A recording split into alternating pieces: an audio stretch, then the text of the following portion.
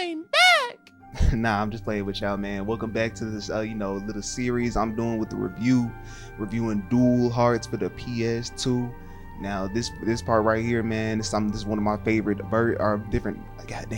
my favorite parts. Now, the gameplay, it seems simple at first, but once you dig into the game, man, it's like it gets way more complex the more and more you play this game. I don't think anybody has played this game more than me, and so nobody has actually seen like how crazy you can get in this game. Like, you can just move around. Like, I mean, I wouldn't say it's like Melee type of, Super Mario Sunshine. It ain't nothing like Super Mario 64. It ain't nothing like that. It might be, but in the future I might find something crazy. But we just gonna hop into this mess, man. I'm gonna show y'all, the gameplay, something that I really wanted to talk about for years. All right, sit back, relax, and watch this goddamn review. Oh, and if you haven't seen the goddamn part 1, what the heck is you doing with your life?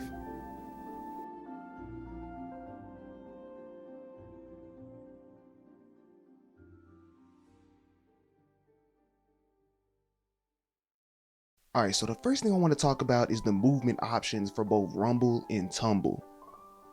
Now, the first character we're going to talk about is Rumble. Rumble can do the normal things, any other platforming character can do. He can run, jump, grab ledge if he's close to the edge of a platform. He can climb ladders, poles, things like that. He can also push and pull blocks, pick up and throw objects, swim above water, and I think that's about it right there.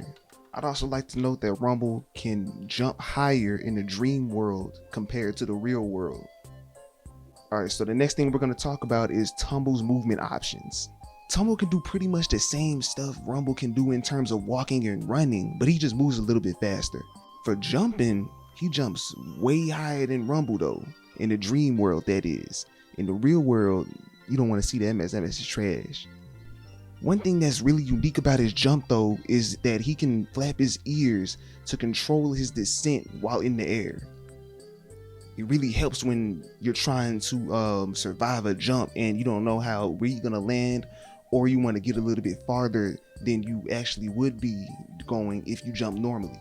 Another thing I like to use is his dash attack. Now, it's mainly used for dashing, but I just like using this for movement, so I'm gonna include this in it. Tumble can swim underwater. He can move very cleanly in that mess, man. I really love the way he look at that mess. That mess look like what they call that dolphin technique. I don't even know, but it look clean. It look clean, don't it? He can also dash attack underwater. It's very useful if you want to speed up a little bit. Now, Tumble can also fly by jumping on these platforms, these fly platforms.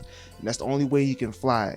And it's crazy. It's just so beautiful, man. Just like I don't know how to explain it. The movement is just so clean. I just really love the way Tumble flies in this game, man.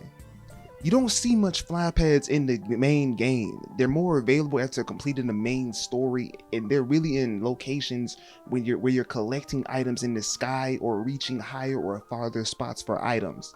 I can understand why they did that though. Like, you can't really implement a fly option in a linear type of game like this without making the other movement options completely pointless.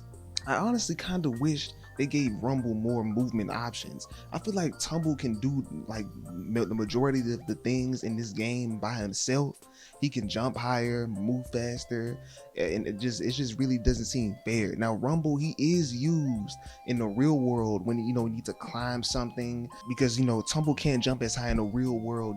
Rumble is used to climb ladders, things like that. He can grab ledges for things that are too far. So he is used in the real world, but I really wish they used them in the dream world more though. I find myself hopping on Tumble's back to go places farther and jump higher and just move better. And I just feel like Rumble doesn't get much options in terms of just doing more platforming things in this game, which is kind of not really a balance. Now let's move on to the different types of platforming options in the game. We got stationary platforms, moving platforms, spinning platforms, platforms that fall after a second of landing on it. You name it. There's any type of platform there, the game has it. Well, I don't know about everything, but some of them. There's not really a form of punishment for falling while platforming. You'll be taken to the beginning of the level and lose a heart piece, which could be annoying in some dreams where the level is really long, but there's not really a sense of danger when platforming because you can't really die. Even though you lose a heart, you won't lose any more if you only have one heart left. So that's really, makes the game kind of easy in some places. But even though the game doesn't have a major penalty for falling, the game doesn't really use platforming as its main source of difficulty. There are multiple dreams where you're not even platforming at all. Sometimes it's just flat land and you have other things to do, like, for example, solving puzzles, which is the next component of this review. Let's talk about the puzzles in this game. There's a lot of them, but I want to talk about, just the basic ones. I don't want to go too in depth. There's, the ones where you have to match, kind of like a matching game. There's ones where you have to basically push a block into a switch to activate some platform or something like that. There's even puzzles for each new weapon you receive whenever you complete a dream. Remember I told you whenever you complete a dream, you get a key to open the doors within the Temple of Dreams to grab the weapons to defeat the nightmare. Those weapons are used within the next dream that you go into to complete a variety of puzzles. These puzzles range from using a shield to protect a sheep from cannons while crossing a road, placing a remote bomb by a switch that activates a bridge that is only tangible for a few seconds, or using a grappling hook to pull a boss out of a wall. Alright, so now I'm gonna talk about the worst puzzles in the game, man. I didn't want to talk about this, man. I don't like talking bad about this game, but I gotta do it. I gotta talk about this mess, man. Remember when I talked about entering people's dreams to get the key and using that key to open a door within the Temple of Dreams to get a new weapon? Well, there's a little challenge before that. They call it the Hall of Trials. You have to complete the Hall of Trials in order to access the weapon hidden within the Temple of Dreams. And when I tell you, man, some of these trials are easy, oh my freaking gosh, man. Look at this goddamn mess. For each door that you open, there are 3 trials in total before you can reach the weapon. And each trial is harder than the last. But even though that is the case, even though it gets increasingly harder, it's still not up to the level where you would find it a challenge. Now that's not true for all of them. Some of them are pretty difficult, but most of them are way too easy. I feel like they made it way too easy to get these keys. They should have, I believe, maybe added a bit more rooms so they can keep on increasing the difficulty after each room, so it wouldn't be that easy, because it's just 3 rooms isn't enough. They either need to do that or just increase the difficulty overall for those 3 rooms, so it wouldn't be just a walk in the park, man. This is ridiculous, man. Even though you see the same puzzles a lot in this game, they never become tedious because they're always used in a new, different way each time you see them.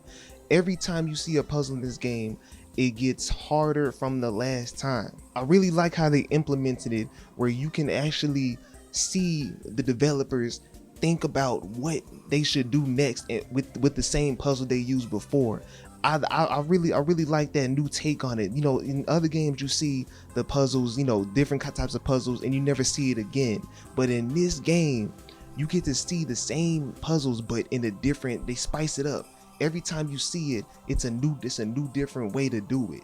So I just really enjoy that part of the game. I kind of wish they made the game a bit harder to navigate at times though, man. You'll never find yourself lost on what to do when playing this game.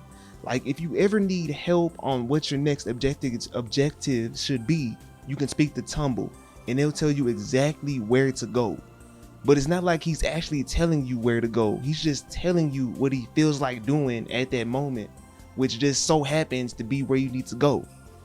But this mess gets even more crazier in dreams, where Tumble tells you exactly what to do during boss fights, man.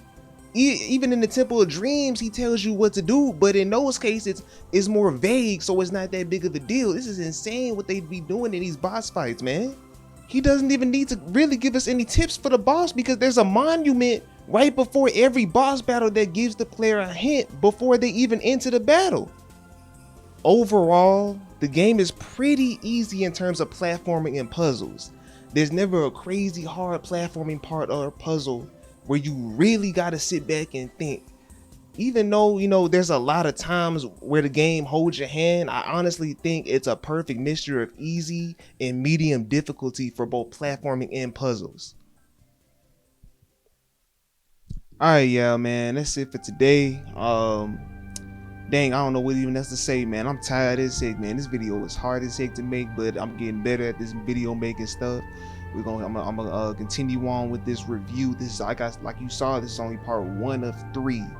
Part 2 of 3 is coming out soon. Be on the lookout for that.